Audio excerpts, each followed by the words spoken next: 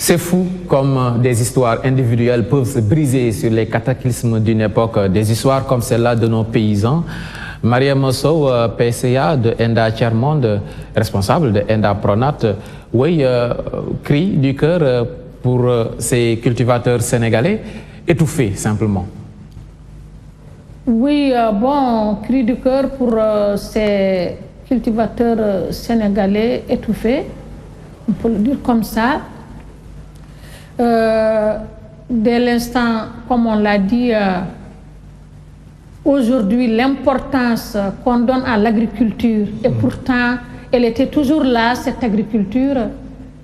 Et c'est aujourd'hui seulement qu'on se dit convaincu que c'est l'agriculture qui doit servir de levier pour le développement du Sénégal. L'administration de Macky Sall est convaincue de ça? Oui, de ce qu'ils disent et de ce qu'on a constaté depuis hier soir en écoutant le ministre de l'Agriculture. Je me dis que, en tout cas, que tout le monde et la communauté internationale, et même au niveau de l'Afrique, tout le monde est convaincu que c'est une vérité crue, que l'agriculture, l'élevage doivent servir de levier.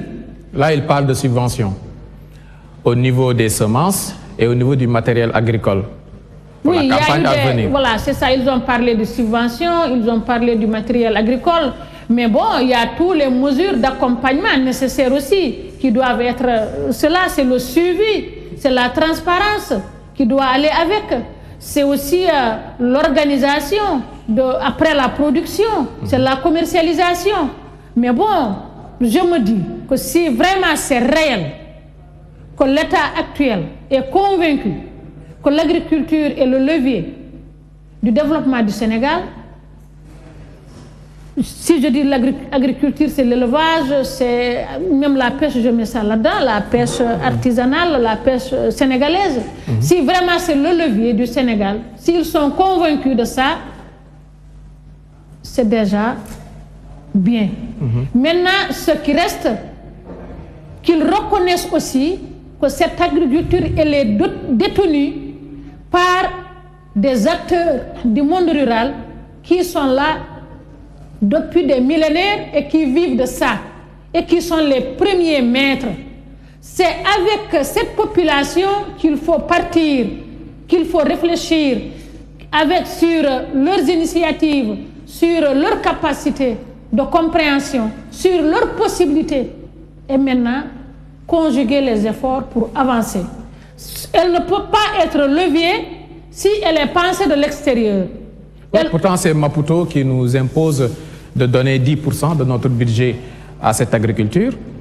Oui, Maputo, il y a 10 ans de cela, Maputo l'a dit. Donc la solution peut venir de l'extérieur.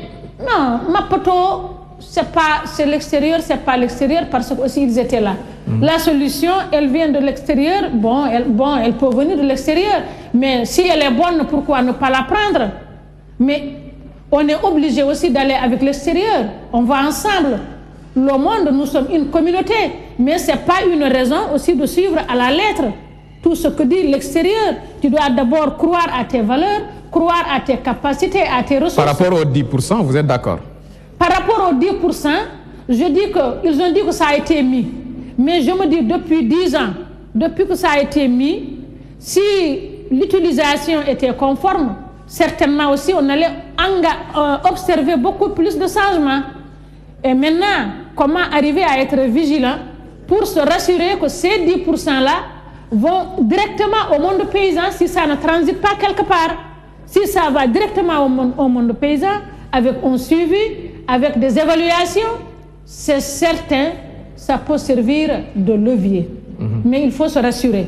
L'agriculture comme un levier du Sénégal économique, oui, depuis le départ avec Senghor déjà et Mamadou Dia, on a jugé utile de faire à l'africaine le partage des terres sénégalaises. Et là, je veux parler du foncier au Sénégal. Oui, c'était une communalisation. Il y avait un responsable de famille à qui on donnait la terre et il y avait possibilité de sous-louer ou d'octroyer des portions de terre à tel ou tel. Oui, c'est toujours valable au Sénégal, non? Bon, les terres Je crois qu'il y a eu un système traditionnel d'occupation des terres au niveau du Sénégal par rapport un peu à la découverte des zones, par rapport aux premiers pionniers qui implantent le village et qui font ce que les Wolofs appellent soit le système sémine, gor, daille ou cheval, sabot de cheval. Donc chacun a déterminé son terroir. Et dans la détermination de ce terroir, effectivement, la personne qui fait ça se dit propriétaire, mais avec une certaine ouverture. Que celui qui s'implante, qui vient, il t'octroie ou habiter ou cultiver. Donc il y avait aussi une démarche en termes de gestion communautaire de ces ressources. Et si on dit chef de terre ne voudrait pas dire oui, les terres sont à moi, que les autres n'exploitent pas. Les locations dont on dit, il y a effectivement ceux qui faisaient cette pratique de location, il y a aussi ceux qui réclamaient le 10e de la récolte, donc à Saka. Il y a d'autres chez nous au niveau du Fouta qui faisaient du système Rempetien, donc Beissedo. Tout ça, c'est des pratiques qui ont eu leur valeur pendant ces moments-là. Et aujourd'hui? Et maintenant, il y a eu, entre-temps, il y a eu d'abord, comme vous l'avez dit tout à l'heure, avec Senghor, la loi sur le domaine national. Donc, qui n'a pas changé profondément ces pratiques, mais en faisant de ces terres, juridiquement, un domaine qui ne fait plus le paysan propriétaire, mais qui a seulement le droit d'usage. Oui. Et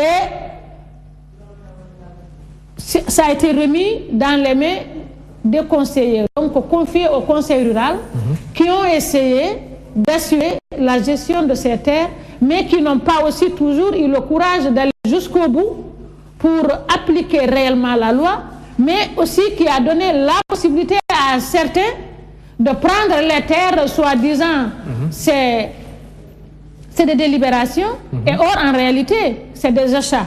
Beaucoup de grands fonctionnaires ont réussi aujourd'hui à avoir des vergers tout au long des Niayes en disant que c'est une délibération, mais il y a quelque chose. Et maintenant, vous voulez individualiser tout ça?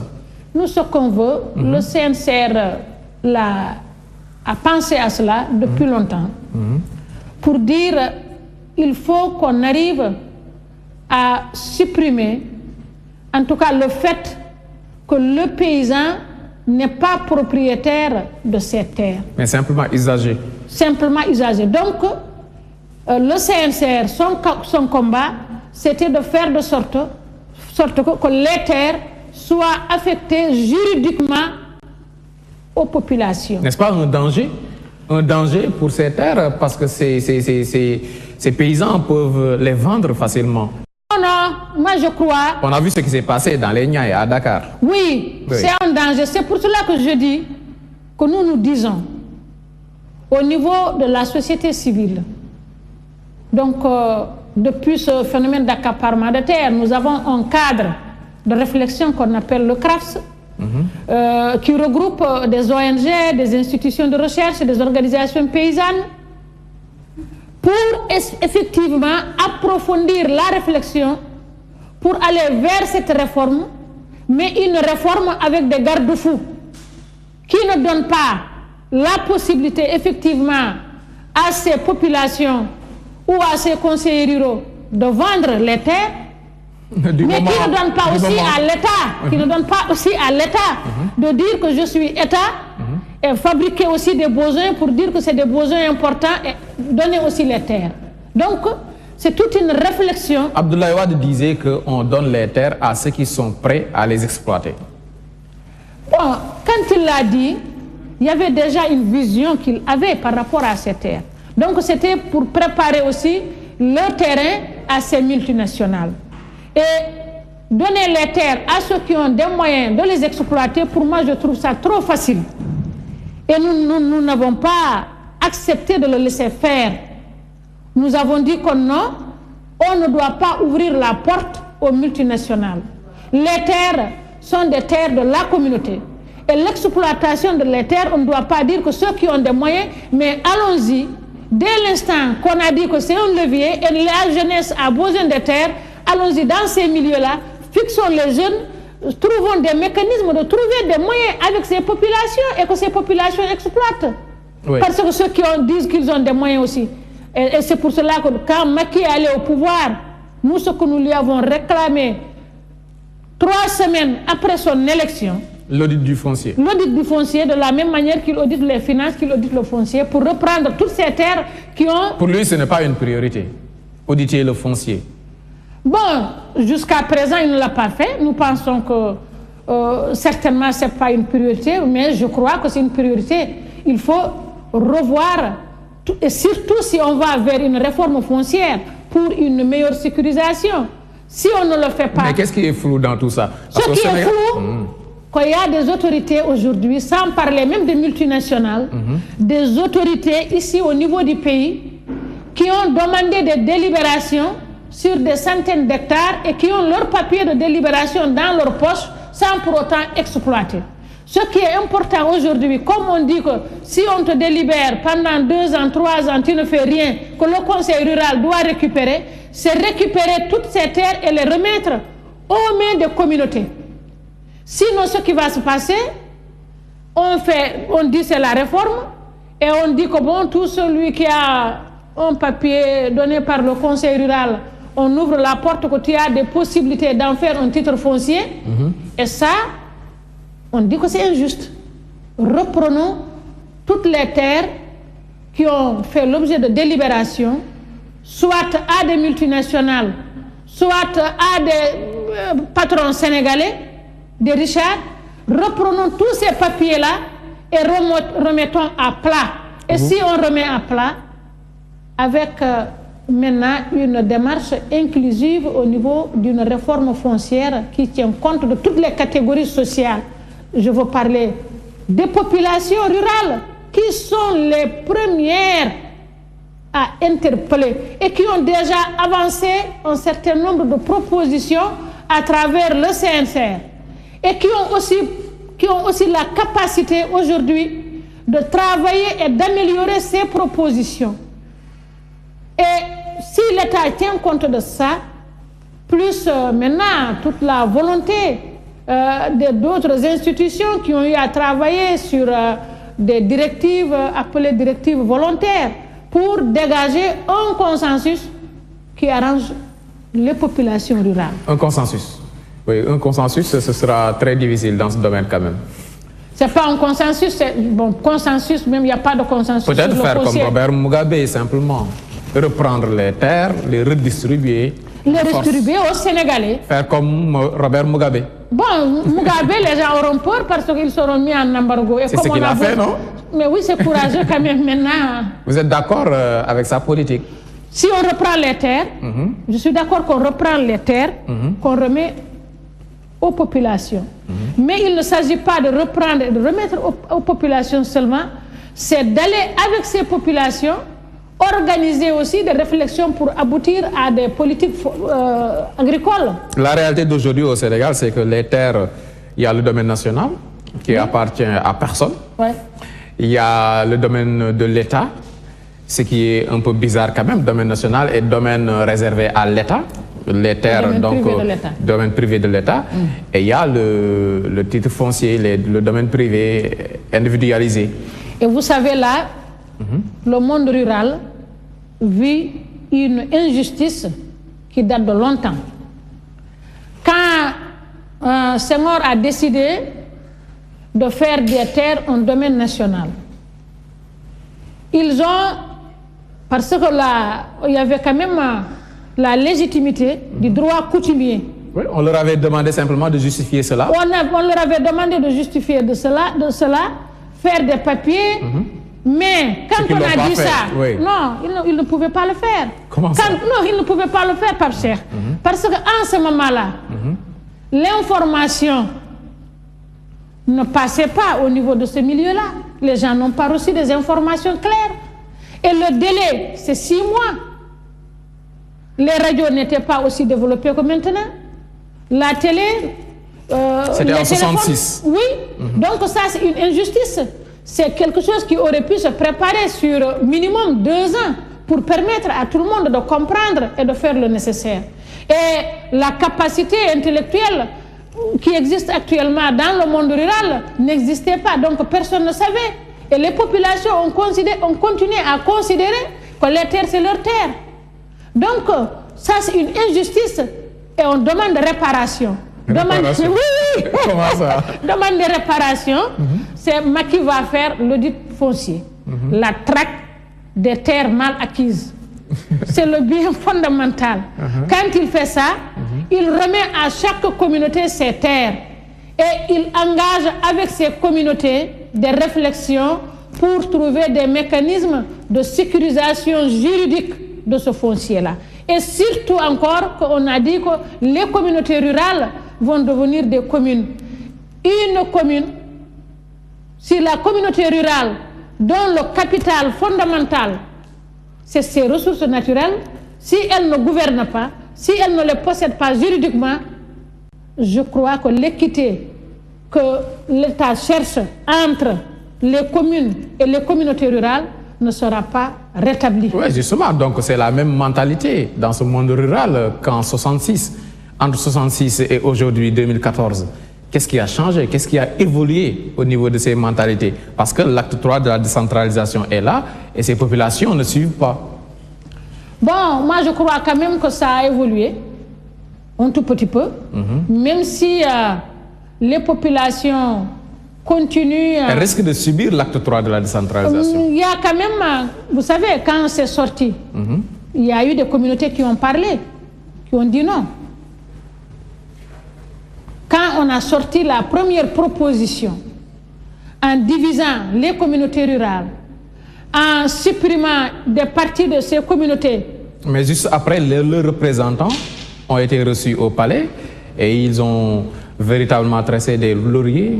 Bon, les représentants qui ont été reçus, ils ont posé la condition.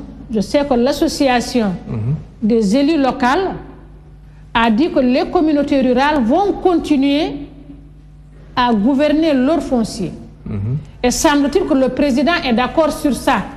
Je suis parfaitement d'accord avec toi. Même s'il est d'accord, c'est un suivi régulier, c'est un contrôle et se rassurer que si c'est bien, que ça sera bien écrit au niveau de la loi qui a été votée, pour qu'on ne change pas avec des virgules. Et on sait que la loi c'est tellement maniable. Donc c'est jusqu'où nous pouvons contrôler tout cela. Et je crois aussi que en partie c'est le rôle aussi des parlementaires qui représentent ces populations-là. C'est les élus du peuple. Ils ne portent pas leur propre voix, ni la voix du parti, ils portent la voix des populations. Malheureusement, c'est trop politisé au niveau des campagnes également. Oui, au niveau des campagnes, c'est trop politisé aujourd'hui au Sénégal. Même pour boire de l'eau, il y a de la politique derrière. Ouais. Et c'est dommage que ça soit une politique politicienne. Oui. Ça, c'est certain. Mais je crois c'est ce que la société civile que nous sommes, que nous cherchons aussi à développer, que nous cherchons aussi à changer.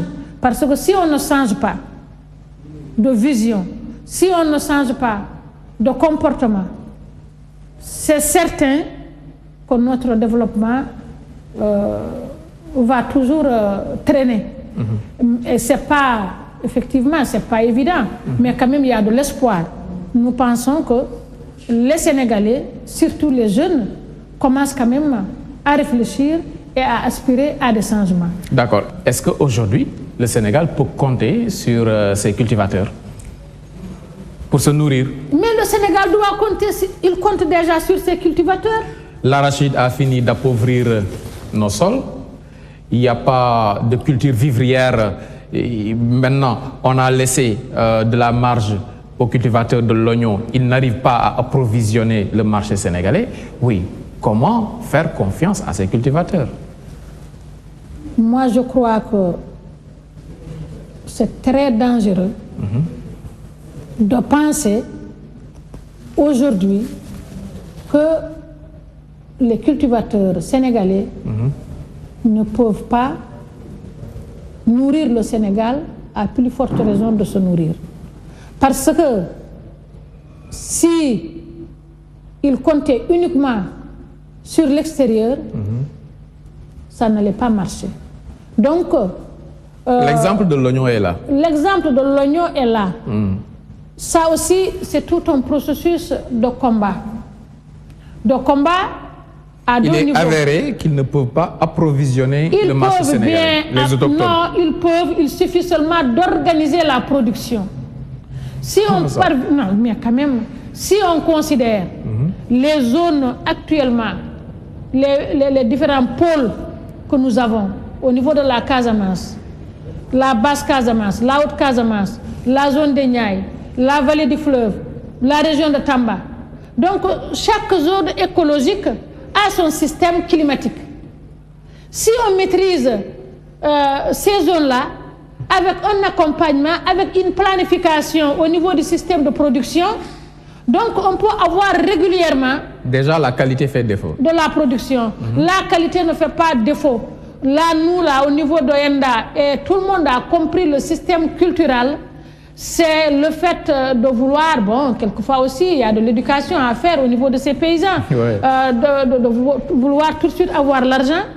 Ils récoltent sans que l'oignon ne puisse arriver à se développer. Mais tout ça, c'est en train de changer. Ils sont en train de s'organiser pour mieux produire, pour mieux vraiment garantir, et avec aussi des systèmes de conditionnement, de stockage. Pape Cheikh, ça ne peut pas marcher. On leur demande qu'à être compétitif. Pour être compétitif, par exemple, pour concurrencer l'oignon qui vient des Pays-Bas, ils n'ont qu'à produire de l'oignon de qualité. Ils le produisent. Et ils l'ont prouvé. Les ménagères disent le contraire. Non. Il ne faudrait pas prendre les propos des ménagères il y a 5 ans, il y a 10 ans de cela. Et les propos des ménagères d'aujourd'hui. Oui, l'oignon, il y a d'autres produits. On peut parler des denrées comme le riz et autres. Est-ce qu'il n'est pas plus judicieux de faire de la sorte, comme on a fait par rapport au riz? Le riz aussi. Oui. Laisser les exportations. Le riz aussi, c'est là où je dis quand même que nous fondons beaucoup sur ce jeune gouvernement. Ce n'est pas le gouvernement que je dis jeune, c'est le président qui est jeune, né après les indépendances, et qui normalement doit avoir pour faire l'économie du temps. Oui, au-delà de l'oignon, il y a le riz, il y a d'autres denrées. Oui, c'est là où je vais venir. C'est là où je vais venir.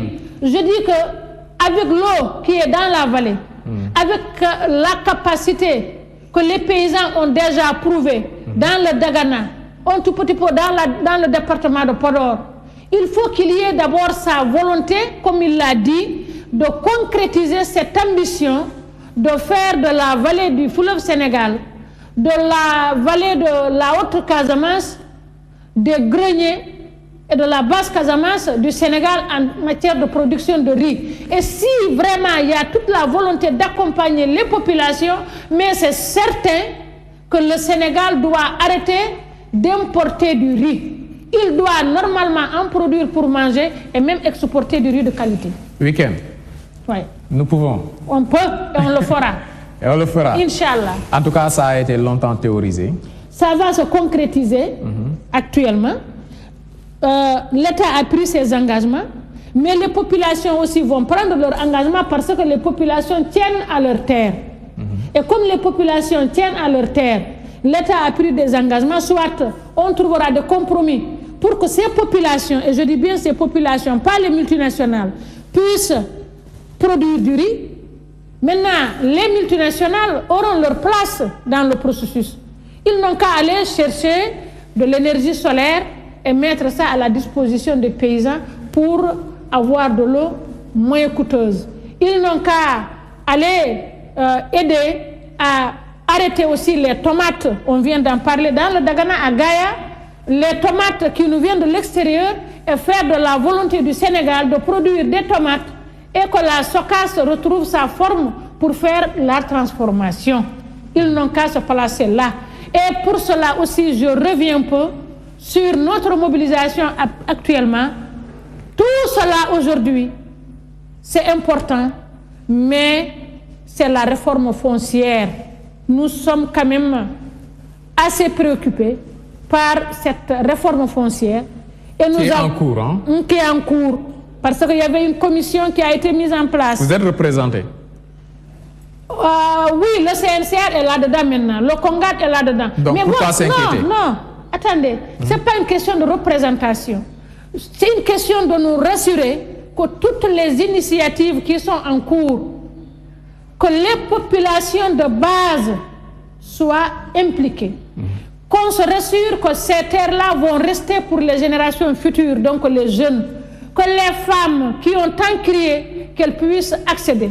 Et le cadre de concertation que nous avons aujourd'hui, qui travaille sur réformons le foncier, en tout cas demande à l'État d'avoir une approche élargie, permettre à toutes les initiatives de faire paraître leurs idées, leurs pensées. Et avec Sinon, il y a danger. Il y en a qui parlent de bombe à retardement par rapport à cette réforme foncière. Bon, ça peut... C'est trop alarmiste. Ça peut ne pas être bombe à retardement. L'essentiel, c'est d'intégrer tout le monde. Oui, avec tout ce que nous avons fait ces années-ci pour avertir sur le phénomène d'accaparement des terres, je crois que l'État a bien entendu notre message, avec l'engagement même de la communauté internationale, même s'il y a des ping-pong derrière, pour aller vers une réforme juste, avec la volonté de la FAO, de l'unité africaine, de l'Union africaine, pour engager des réflexions sur le foncier, même si elles sont volontaires, il n'y a aucune obligation derrière, plus la compréhension de la population, un tout petit peu de la volonté de l'État pour une démarche inclusive, avec aussi une volonté de promouvoir cette agriculture pour les populations locales, la bombe pourrait être retardée. Oui, une volonté. Oui. Une volonté politique. Le mot est revenu plusieurs fois dans ce débat et vous l'avez prononcé plusieurs fois. De la volonté politique de la part de l'État pour une politique agricole mieux affirmée, n'est-ce pas? Oui. Mais aussi, on pense que ces agriculteurs sénégalais seront moins gourmands par rapport à leurs profits et penseront également aux intérêts de tout le monde. Oui, ça aussi, je crois que c'est important. Il faut aussi une démarche assez juste. Parce que souvent, quand ils sont protégés, ils en profitent. Oui, c'est vrai que c'est la société civile, le travail là-dessus. C'est dommage, le temps passe vite. Le temps passe très très vite. Merci, Marième Sow.